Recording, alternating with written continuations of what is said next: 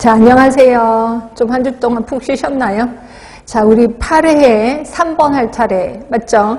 우리 근로기준법에 따라 이제 여성 근로자의 보호인데, 이거는 좀 외워두세요. 그러니까 우리 출산 전후 휴가가 있고, 출산 전후 휴가, 그리고 이 중에서 반드시 출산 후에 받아야 되는 그 기간이 있을 거예요. 출산 후 휴가는 이 정도는 돼야 된다.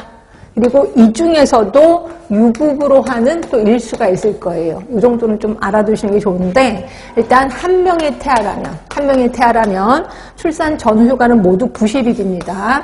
그리고 반드시 이 중에서 45일은 출산 후에 받아야 된다라고 했고요. 이 중에서 60일은 유급입니다. 나머지 30일은 월급을 안 줘도 할 말은 없다는 거지.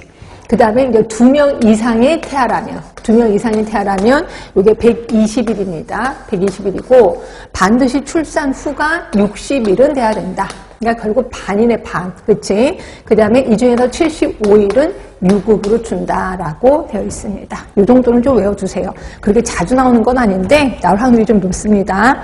그리고 요거 3번 문제 들어가기 전에 우리 그 지난주에 나눠드렸던 유의물 잠깐만 보고 갈게요. 근로기준법 마저 보고 갑시다.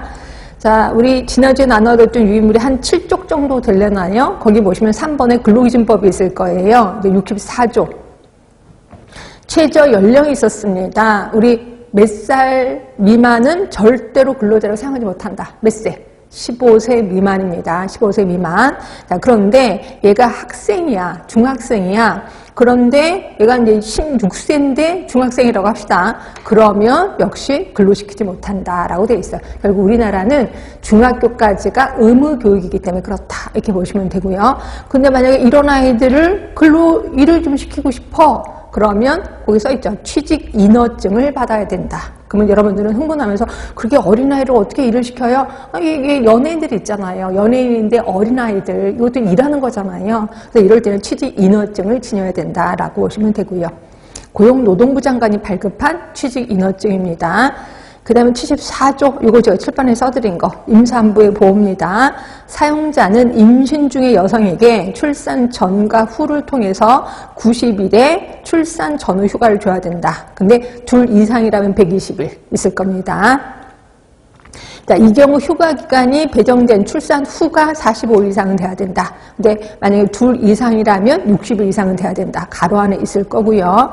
그 다음에 동그라미 2번은 유산도 있었네. 임신 중인 여성 근로자가 유산의 경험 등 대통령령으로 정하는 사유로 휴가 청구를 하는 경우 출산 전 어느 때라도 휴가를 나눠 사용할 수 있도록 해야 된다. 그런데 이 경우 출산 후 휴가는 똑같이 45일, 둘 이상이라면 60일 이상은 돼야 된다는 거죠. 결국 그전에도 약간 유산기가 있어 언제든지 나눠서 쓸 수는 있다. 그럼에도 불구하고 출산 후는 변함없이 45일, 60일. 예, 그렇게 알고 계시면 되고. 그 다음에 동그라미 3번도 볼게요. 사용자는 임신 중인 여성이 유산 사산의 경우는 그 근로자가 청구하면이야. 청구 안 하면 안 줘요. 청구하면 유산 사산 휴가를 줘야 된다라고 돼 있고, 다만 인공임신 중절수술은 제외예요. 결국 자연유산, 자연사산을 얘기하는 거죠. 그다음에 동그라미 4번이에요. 자, 최초 60일은 유급으로 한다. 근데 둘 이상이라면 75일. 칠판에 이미 써드렸고요. 그 다음에 동그라미 5번, 6번은 좀 읽어보시면 되고, 동그라미 7번 보실래요? 사용자는 임신 후 12주 이내 또는 32주 이후, 이때가 언제인지 좀 감이 잡히시나요? 12주 이내는 사산되기 쉽잖아.